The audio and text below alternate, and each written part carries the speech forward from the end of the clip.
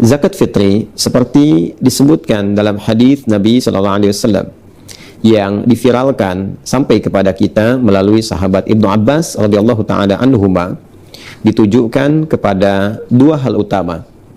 Ibnu Abbas radhiyallahu taala anhuma menyampaikan bahwa farada Rasulullah sallallahu alaihi wasallam zakat al-fitri. Rasulullah sallallahu alaihi wasallam telah mewajibkan zakat fitri tuhratan lis-shaimi minal lagwi warafathi, sebagai satu tujuan pertamanya, penyuci, pembersih bagi setiap mukmin yang menunaikan ibadah siam Ramadan dari aneka perbuatan yang tidak bermanfaat atau hal-hal kotor yang pernah berlangsung selama ia menunaikan ibadah siam Ramadan itu.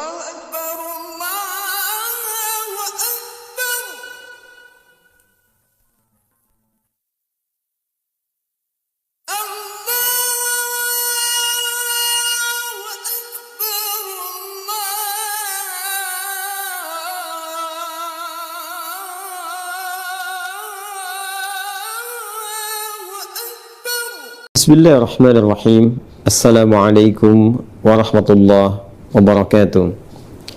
Alhamdulillah wassalatu wassalamu ala rasulillah wa ala alihi wa sahbihi wa man walah, wa ba'd.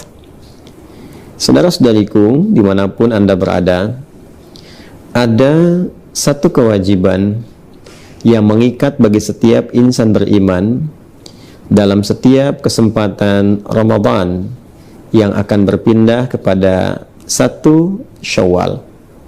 Kewajiban itu disebut dengan zakat fitri, atau juga yang viral dengan sebutan zakat fitrah, yang batas pengeluarannya sebelum ditunaikan sholat sunnah Idul Fitri yang 2 rakaat itu.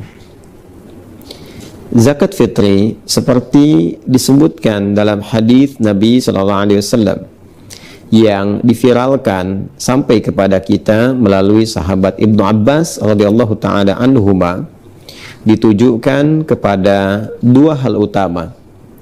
Ibnu Abbas radhiyallahu taala anhuma menyampaikan bahwa farada Rasulullah sallallahu alaihi wasallam zakat al-fitri. Rasulullah sallallahu alaihi wasallam telah mewajibkan zakat fitri tuhratan lis-shaimi minal lagwi warafathi, sebagai satu tujuan pertamanya, penyuci, pembersih bagi setiap mukmin yang menunaikan ibadah siam Ramadan dari aneka perbuatan yang tidak bermanfaat atau hal-hal kotor yang pernah berlangsung selama ia menunaikan ibadah siam Ramadan itu. Tanpa disadari, kadang-kadang tersirat pikiran-pikiran yang tidak tepat, kata-kata yang kurang pantas untuk diucapkan, atau tindakan yang sebaiknya tidak dilakukan saat menunaikan ibadah siam, yang termasuk dalam kategori lagha dan rafat. Maka mengeluarkan zakat fitri ini otomatis akan menyucikan, membersihkan segala yang dinilai kotor dan kurang pantas tadi. Yang kedua, zakat fitri juga disebutkan di hadis ini tu'matan lil masakin, sebagai support makanan, sebagai support logistik bagi saudara-saudari kita yang tidak mencukupi, yang diistilahkan dengan kalangan masakin atau orang-orang yang masuk kategori miskin, yang kesulitan untuk mendapatkan logistik makanan di hari pada saat semestinya kita sudah tidak berpuasa lagi. Karena itu 1 Syawal harinya disebut dengan Idul Fitr. Fitron seakar dengan kata futur, iftar, yang berarti makanan awal yang dikonsumsi. Pada saat kita masuk 1 Syawal, sebelum kita menunaikan ibadah salat Id, maka sunnahnya kita makan terlebih dahulu, setidaknya makanan ringan yang menunjukkan bahwa hari itu sudah tidak puasa lagi. Hari itu dibolehkan makan kembali. Hari itu adalah raya yang seharusnya orang gembira, yang ditandai dengan makan makanan pembuka. Pada saat itu berlangsung, diduga boleh jadi ada kolega kita yang tidak mendapatkan makanan, tidak memiliki logistik, sehingga tidak merasakan kebahagiaan yang sama dengan orang-orang lain yang seharusnya berbuka dan berbahagia. Tidak memiliki support makanan untuk membatalkan puasanya, karena memang pada waktu itu sudah bukan lagi waktunya berpuasa, dan diharamkan berpuasa sebagai apresiasi hadiah bagi setiap insan beriman yang berhari raya pada waktu itu. Karena itu, zakatnya disebut dengan zakat fitri untuk menunjuk kepada wujud zakat yang diberikan itu. Hadis riwayat Ibnu Umar radhiyallahu taala anhuma yang disampaikan kemudian kepada kita semua, yang menegaskan penjelasan Rasulullah sallallahu alaihi wasallam tentang bentuk zakat fitri ini. Farada Rasulullah sallallahu alaihi wasallam, kata Ibnu Umar radhiyallahu taala anhuma, beliau menyampaikan Rasulullah sallallahu alaihi wasallam telah mewajibkan zakat al-fitri. Zakat fitri itu sa'an minat tamri atau sa'an minasy syair, yaitu satu sa' dari kurma atau satu sa' dari gandum. Sa' itu batas ukurannya kurang lebih 4 mud. Satu mud itu kalau ada ukuran standar tangan orang dewasa seperti kami saat ini, yang kita satukan dalam keadaan berdoa seperti ini, lalu dihadirkan, dituangkan kurma atau gandum seukuran tangan orang dewasa seperti saat sedang berdoa seperti ini, itu disebutnya 1 mud. Jadi kalau 4 mud ukurannya kurang lebih ukuran 4 tangan ya orang dewasa saat berdoa seperti ini. Itu 4 mud sama dengan 1 sa'. Kalau dikonversi ke ukuran kita saat ini, tentunya akan sesuai dengan bahan makanan pokok yang dikonsumsi. Karena mayoritas ulama menilai bukan kurmanya, bukan gandumnya, tapi makanan pokok yang memang dikonsumsi oleh penduduk di negeri itu.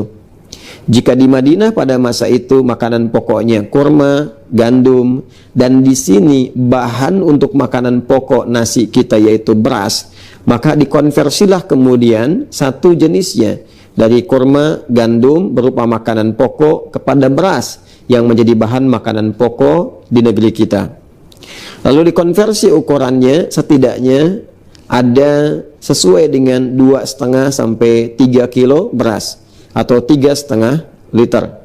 Kalau kita contohkan misalnya ini ada contoh ukuran yang 3 kilo ya, ini kurang lebih 3 kilo ini beras yang sesuai dengan ukuran 1 sa' ya, 3 kilogram atau disesuaikan dengan 3,5 liter. Dan wujudnya teman-teman, bentuk isyaratnya kepada makanan pokok, karena memang filosofi dari zakat fitri ini adalah memberikan kemampuan dan kesempatan kepada orang-orang yang tidak memiliki logistik makanan untuk mendapatkan support makanan itu agar ia bisa makan, bisa berbuka, bisa futur, bisa iftar, bisa fitrun ya, untuk makan dan menunjukkan hari itu hari bahagia, sudah bukan waktunya puasa lagi.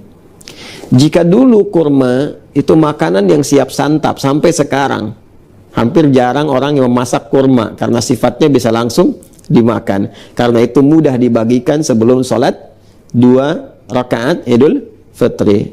Maka boleh kita bagikan misalnya setelah sholat Isya di malam Id, kemudian bertakbir, kita bagikan, dan tentunya boleh saja kita sertakan juga makanan-makanan pendamping yang sifatnya memberikan warna dan rasa ketika digabungkan dengan makanan pokok.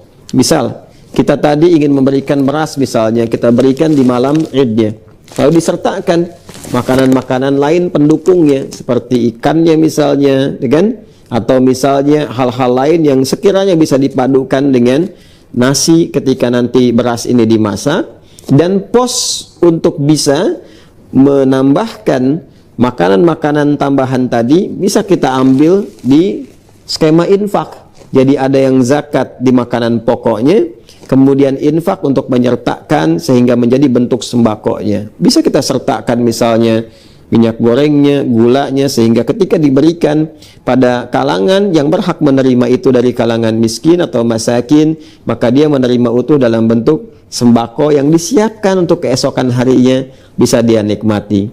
Jadi zakat fitrinya konversi makanan pokok, skema infak yang didapatkan selama Ramadan misalnya bisa disertakan ke dalam pelengkap dari makanan pokoknya. Itu spirit yang ingin kita sampaikan. Kemudian zakat fitri juga wujud fisiknya berupa makanan pokok, tapi hikmahnya yang sangat dalam juga memberikan dampak kepada nurani kita yang paling dalam, ke jiwa kita untuk kembali kepada keadaan bersih. Tadi tahratan lis-shaimi, menyucikan, membersihkan bagi setiap orang puasa minal lagwi war rafath. Spiritnya orang yang berzakat fitri itu, maka dia kembali menjadi keadaan yang bersih jiwanya, terbebas dari perbuatan-perbuatan yang tidak bermanfaat. Dan itulah fitrah setiap manusia, cenderung pada kebaikan, cenderung pada tuntunan syariat. Karena itulah zakat fitri ini, filosofinya, maknanya, hikmahnya disebut pula dengan zakat fitrah, untuk menunjuk kepada fungsinya. Bolehkah zakat disalurkan dalam bentuk uang, tidak dalam bentuk makanan pokok?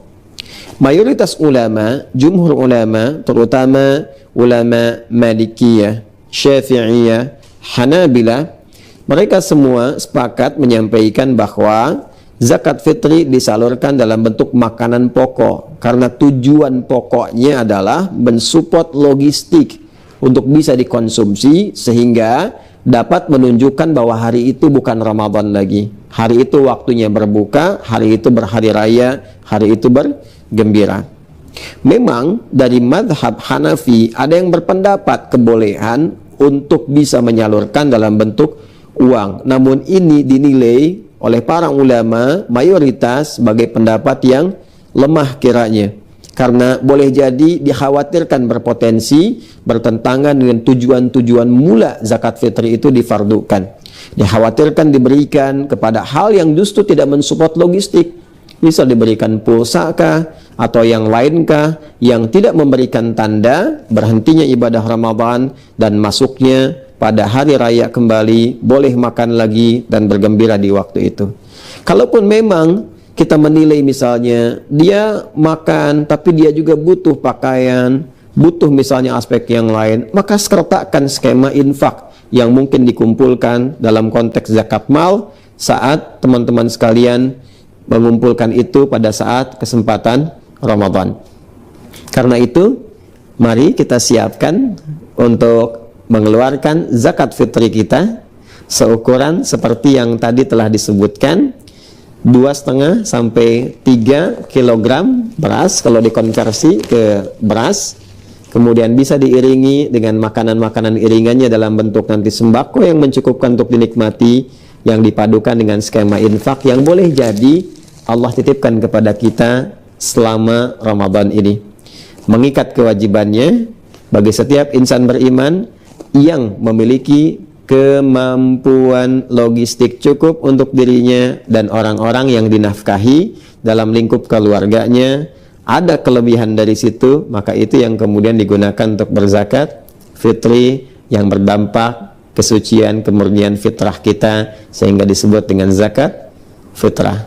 Semoga Allah membimbing kita untuk memudahkan dalam mengeluarkan zakat fitrah, zakat fitri ini, menyucikan jiwa kita, memperbaiki diri kita. Dan ingat, hanya dikeluarkan sebelum sholat id. Ketika dilakukan setelah sholat id, maka jatuhnya tidak menjadi zakat fitri lagi, tapi menjadi sedekah biasa saja. Adi Hidayat, semoga bermanfaat.